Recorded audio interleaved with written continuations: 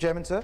मैं माननीय मंत्री जी से पूछना चाहता हूं कि जो एयर सेवा पोर्टल है ये बहुत ही सराहनीय एक कदम है ताकि लोगों को जानकारी मिल सके। लेकिन क्योंकि सरकार की ऐसी नीतियां हैं कि बहुत सारे पहली बार एयर फ्लायर्स आए हैं जो पहली बार पैसेंजर्स यात्रा कर रहे हैं, तो उनके राइट्स को लेकर क्या कोई सरकार ने कदम उठाया है और प्रभुत्ता से वो राइट्स डिस्प्ले हो सकें, चाहे वो ऐप के माध्यम से या उनकी सीट के पीछे? क्योंकि एयर क्रूज को तो अपने राइट्स पता हैं, लेकिन बहुत सारे फर्स्ट टाइम फ्लायर्स हैं जिनको अपने राइट्स नहीं पता है और वो उनको भाषा का भी प्रॉब्लम रहती है। तो क्या उन लोगों के लिए कि उनके क्या अधिकार है, क्या वो पानी मांग सकते हैं, वॉशरूम जा सकते हैं, उनको क्या टिकट रिफंड मिलेगा कि नहीं, इसके बारे में क्या सरकार की क्या नीति? धन्यवाद।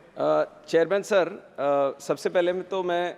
आदरणीय सांसद जी का मैं धन्यवाद देना चाहूँगा कि बहुत ही अहम सवाल इन्होंने पूछा है, क्योंकि एयर सेवा एक ग्रीवेंस रिड्रेसल पोर्टल है कि अगर कभी किसी पैसेंजर को कोई असुविधा होती है या कोई ग्रीवेंस होता है तो उसके तहत वो कर सकते हैं। बट हमारे मंत्रालय से DGCA से हमने सिविल एविएशन रिक्वायरमेंट्स जो कार्स से जाना जाता है, तो कार्स ऑलरेडी बने हुए हैं जो पैसेंजर को अपने राइट्स बताते हैं। बट ये कार सारे बहुत ही टेक्निकल डॉक्यूमेंट्स हैं और बहुत सारे पैसेंजर्स ये इनकी जानकारी नहीं होती। तो ये अहम सवाल उठता है कि हम कैसे अवेयर करें पैसेंजर्स को कि अपने राइट्स ये हैं, या कोई भी एक सिनारियो बनता है तो उस सिनारियो में या उस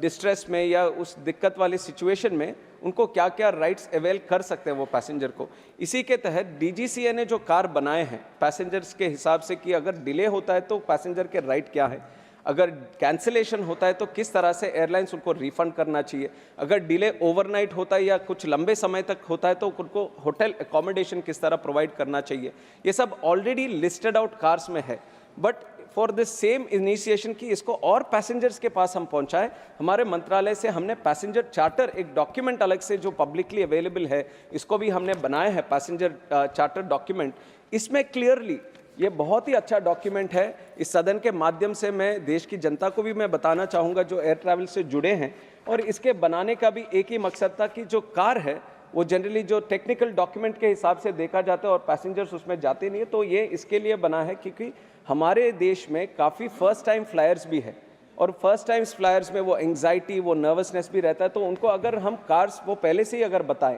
उनके राइट्स वो पहले से ही अगर बताएं, तो उनकी जो जर्नी है वो काफ़ी हद तक रिलैक्स्ड हो सकती है। तो इसी में एक जो जिस तरह से कंटेंट्स हमने बनाए कि flight delay, flight cancellation, boarding denied due to overbooking या फ्लाइट डाइवर्शन भी हो, कैंसिलेशन चार्जेस, लॉस, डिलेड और डैमेज्ड बैगेज, में कुछ ही टॉपिक्स में पढ़ रहा हूँ, ऐसे बहुत सारे चीज़ें और काफ़ी कॉमन मैन को किस तरह समझाना है। सिनारियोस इसमें बने हुए हैं कि एक सिनारियो है, you have checked in on time but the airlines aspects a delay of 2 hours or more, 3 hours or more, 4 hours or more, then what is your right? Your right is you must be offered free of charge meals and refreshments in relation to the waiting time. तो ना केवल car को हमने दिखाया है, scenarios भी हमने बना के एक्सप्लेन किया कि किस सिनारियो में आपको किस तरह के राइट्स अवेल कर सकते हैं। और हमारा प्रयास यही रहता है कि जो ये पैसेंजर चार्टर डॉक्यूमेंट है,